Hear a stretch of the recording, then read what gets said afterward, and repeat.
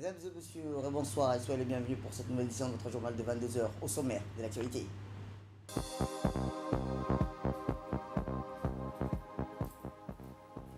À la une dans l'actualité nationale, le ministre de la Santé appelle à plus de vigilance pour faire face au Covid-19.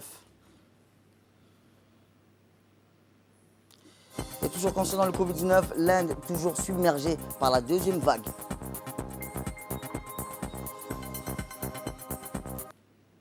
C'était les titres. Merci si vous nous rejoignez. À la une dans l'actualité, le président de la République, son Excellence Ismaël Omar Guelleh, vient, dans le cadre des télégrammes sans cesse continus, lui parvenant depuis sa brillante réélection à la magistrature suprême djiboutienne, de recevoir un message de félicitations émanant de la chancelière allemande, Mme Angela Merkel. À l'occasion de votre réélection pour un nouveau mandat, je vous présente mes chaleureuses félicitations, a écrit Mme Merkel dans son télégramme. Votre réélection vous offre la possibilité d'accroître encore le potentiel de votre pays pour le bien de tous les Djiboutiens, a-t-elle ensuite noté. La chancelière allemande mit ensuite à profit ce message pour saluer le rôle positif de Djibouti dans la région. Votre pays est un partenaire fiable pour la paix dans la Corne d'Afrique, a-t-elle indiqué en ce sens. En tant que partenaire de longue date, l'Allemagne est prête à continuer d'accompagner Djibouti dans un esprit d'amitié, a-t-elle poursuivi avant de retirer l'expression de sa haute considération au président de la République, M. Ismaël Omar Guelleh. Je vous le disais dans le titre, en perspective des festivités de la Eid al-Fitr et face au risque de recrudescence de la contamination de la Covid-19, le ministre de la Santé, M. Mohamed Ouassama Madiriye, a lancé un appel à la vigilance et à faire preuve de précaution et de respect des gestes barrières. La situation, a-t-il dit, le ministre épidémiologique étant actuellement en régression progressive, le ministre de la Santé a exhorté la population à une plus grande vigilance en se protégeant et en protégeant les autres. Écoutons-le. Mesdames et messieurs, assalamu alaikum wa rahmatullahi wa barakatuh. Bien que les chiffres actuels montrent un léger recul, ces dernières semaines, la deuxième vague épidémique continue de sévir dans notre pays. Après une phase caractérisée par une hausse exponentielle des cas positifs journaliers, une pression accrue sur le service des soins intensifs et de réanimation des hôpitaux et des taux de mortalité importants, nous notons de façon générale une amélioration de la situation. Si la circulation virale est moins active, nous continuons de perdre des compatriotes. Ce sont les personnes les plus vulnérables, c'est-à-dire nos personnes âgées et ou présentant des comorbidités qui sont les plus exposées au risque de développement d'une forme grave. C'est pour elles qu'il nous faut rester mobilisés, qu'il nous faut maintenir les mesures de précaution que nous ne cessons de rappeler. Le non-respect de l'obligation du port du masque, le non-respect des distances de sécurité et enfin le refus de la vaccination sont des attitudes irresponsables mais surtout dangereuses pour soi et pour les autres. Nous continuons en cette période de Ramadan de constater des grands rassemblements au moment de la rupture du jeûne.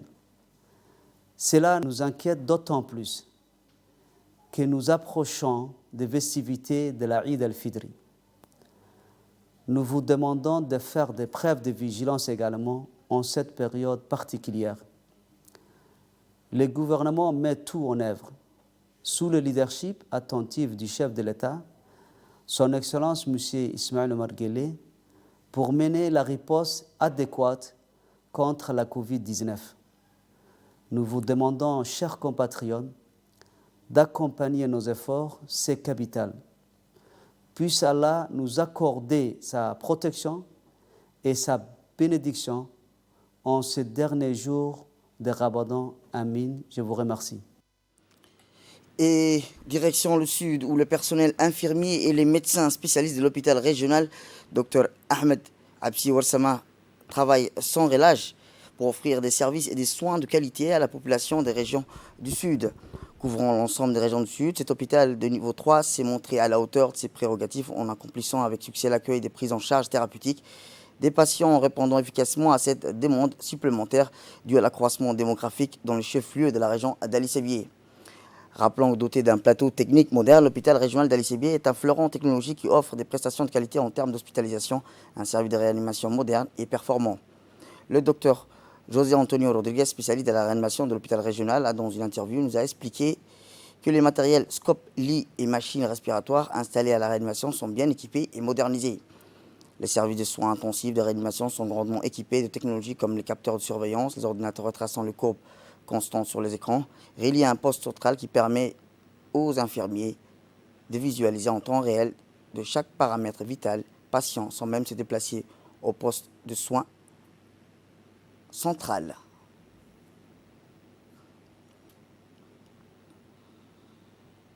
Un équipement, très bon scope, avec beaucoup d'équipements, avec les lits, les scopes, les poussirines. Ça, c'est la réa un réa très bien structuré.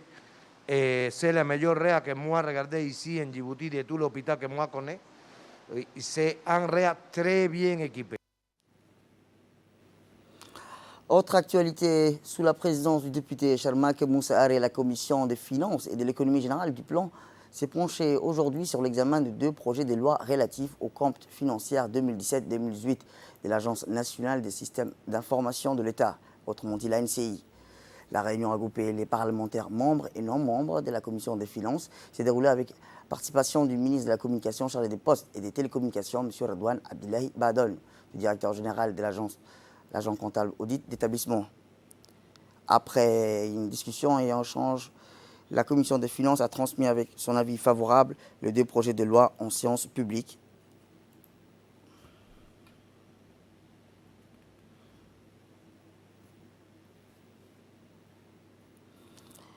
Et autre actualité dans ce 22h, c'est aussi le ministre de la Communication, M. Redouane Abdullahi Badon, qui a participé aujourd'hui, cet après-midi, à la 4e réunion du Conseil des ministres en charge des technologies de l'information et de la communication en vidéoconférence avec ses pairs.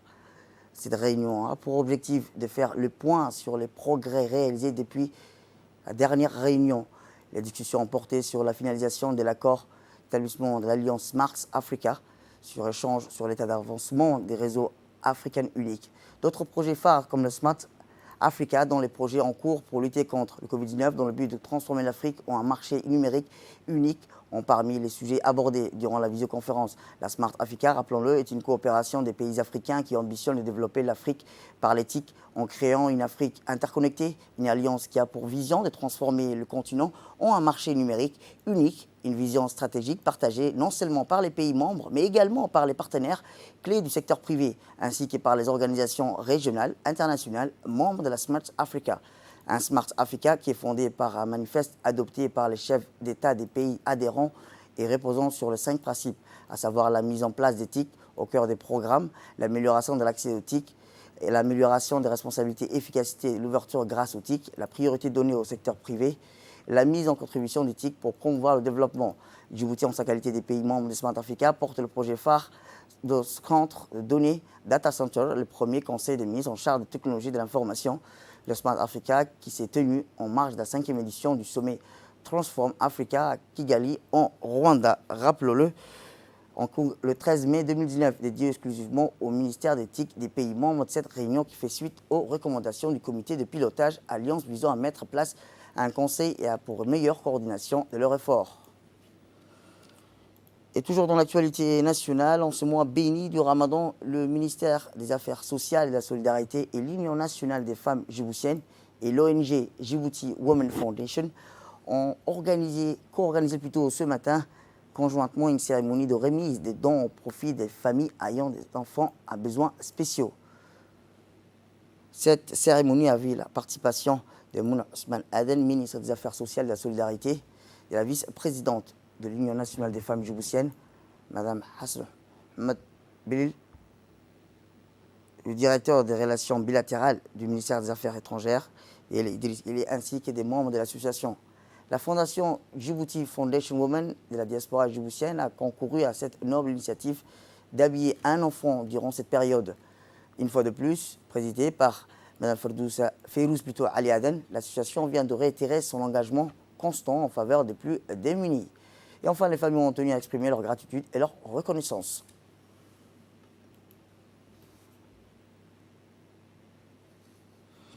Eh bien, le directeur des relations multilatérales auprès du ministère des Affaires étrangères et de la coopération en charge des affaires diaspora djiboutienne, M. Guéli Omar, a remercié et apprécié l'association Djibouti Women Foundation aux Pays-Bas pour cette importante initiative qui vise à aider les familles des enfants ayant des besoins spéciaux.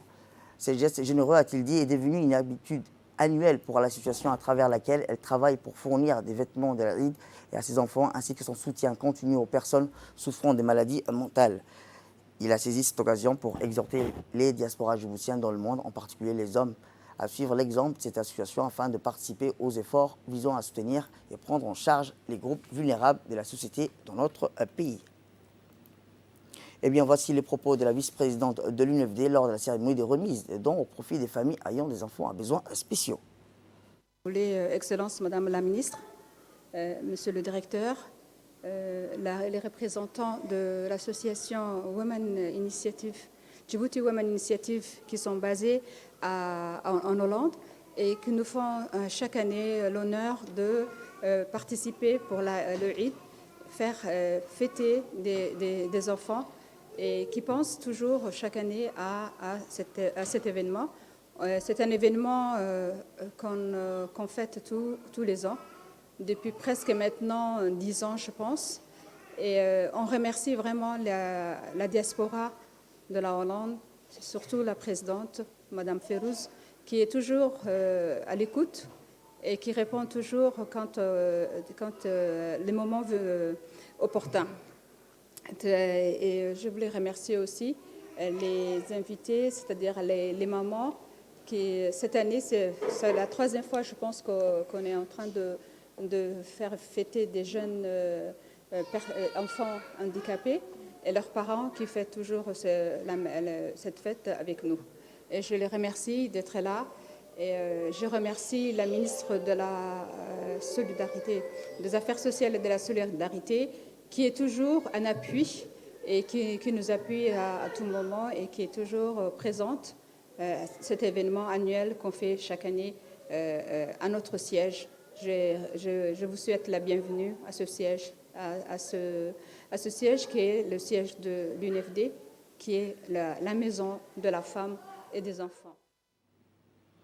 Et de son côté, la ministre des Affaires sociales, de la Solidarité, Mme Mouna Ousmane Aden, a exprimé son grand plaisir de participer à cet événement dédié à la remise des vêtements de la Eid et des argents aux familles d'enfants ayant des besoins spéciaux à Djibouti. Elle a souligné que ce geste généreux contribuerait sans doute à alléger la souffrance de ces familles en soulignant la vertu des 10 derniers jours du mois béni de Ramadan.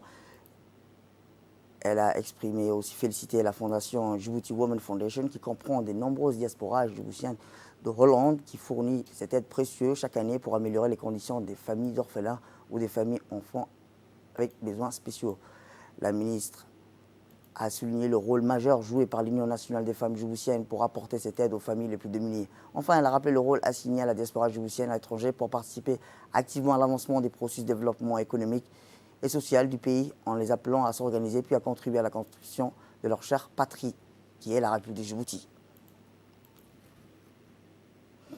Tout à fait autre chose, le ministre de l'Enseignement supérieur et de la Recherche, Dr Nabil Mohamed Ahmed, a présidé hier la signature de la convention qui marque le début du cadre du partenariat entre Djibouti et la France en matière de recherche archéologique. La signature de cette convention qui lie au CERD et l'IRA pour au moins 4 ans avec l'ambassade de France et les institutions de recherche et d'enseignement français qui sont la CNRS et l'Université de Toulouse. Cette cérémonie a vu la participation de l'ambassadeur de France à Djibouti, M. Arnaud Guillou, le directeur général du CERD, Jalal-Din Mohamed, le directeur d'IRA, Salah Zakaria, la chargée des recherches du CNRS, chef des missions archéologiques franco-djiboutiens. Conclusion d'une convention de collaboration entre l'Institut de recherche archéologique et Traces et au-delà entre le CERD et l'université Jean Jaurès. Ça, c'est la première chose. La seconde chose, c'est l'ouvrage qui vient de sortir aux éditions de Djibouti. C'est 40 ans de recherche. Les deux dires de cet ouvrage sont l'actuel chef de mission française à Djibouti et son prédécesseur, le professeur émérite Xavier Guterres. Alors, pour ce qui concerne la Convention, je crois que c'est un document de travail très important parce qu'il formalise nos actions. Et c'est grâce à cette convention que nous pourrions choisir les thématiques de recherche en commun, hein, puisqu'on a 2 programmes différents. Et l'Institut français Arthur Rimbaud a abrité hier soir une conférence dédiée sur le nouveau livre de Xavier Guterres, Les paysages et des hommes, une œuvre archéologique qui présente plusieurs types et photos des sites archéologiques du pays. La conférence a vu la participation de l'ambassadeur de France à Djibouti, M. Arnaud Guyot, la chef de mission franco-djiboutienne, Mme Jésie Colliès. Toujours dans l'actualité nationale, dans le cadre de l'approche de la Eid al-Fitr, le directeur de l'Agence nationale des personnes handicapées, M. Dahal Saïd Mahmoud, a organisé ce matin une cérémonie de remise et distribution des dons des habits de la Eid al-Fitr au profit des familles ayant des enfants à besoins spéciaux à la ville de Djibouti. Le directeur de l'ANPH et les cadres de cette agence ont visité les différentes écoles concernant pour les personnes à besoins spéciaux pour distribuer des lots d'habits neufs qui permettront à ces enfants de célébrer la Eid al-Fitr dans la dignité et la joie. Cette cérémonie a vu la participation du président des réseaux des personnes handicapées, M. Idriss Moumin, le conseiller technique du directeur de l'ANPH, Mahad Ibrahim, et la directrice de l'insertion au l'ANPH, Mme Choukri Hachid. Le directeur de l'Agence nationale des personnes handicapées a profité de cette occasion pour donner un aperçu des divers programmes de développement prévus par son agence.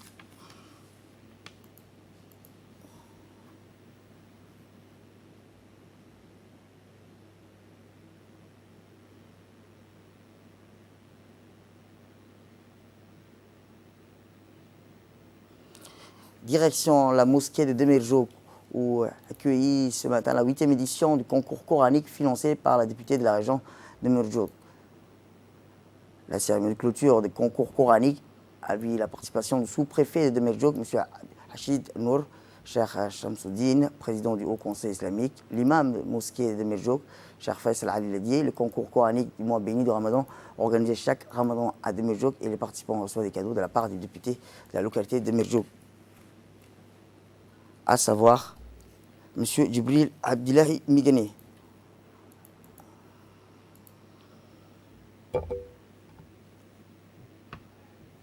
Direction le sud plutôt, où dans le cadre de la protection de l'enfance, le ministère de la Femme et de la Famille, en collaboration avec l'UNICEF, a organisé à Lissébié un atelier de formation en faveur des membres de la plateforme de gestion de cas de protection de l'enfant.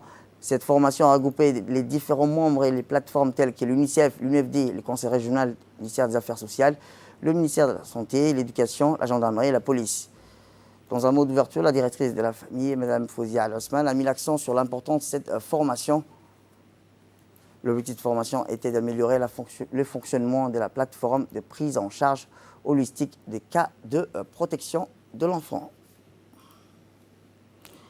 Et sport, pour clore l'actualité nationale, le Nord, lac coutumier, la sous-direction de Tadjoura a organisé mardi dernier au complexe sportif de Tadjoura la première édition de la clôture du tournoi basketball pétanque Radoïta en ce mois de Ramadan. Cet événement sportif était ouvert à tous les jeunes de la ville de Tadjoura, dont limite des places disponibles. Les personnes à la direction régionale souhaitaient à cette compétition trouver davantage des moyens de continuer à se faire entendre dans d'autres sous-préfecture de la région de Tadjoura. Et je vous dis dans le titre, dans l'actualité internationale, aucune signe d'amélioration en Inde. Le pays reste accablé par une deuxième vague dévastatrice du Covid-19. Officiellement, le ministère de la Santé évoque plus de 220 000 décès dus au Covid-19.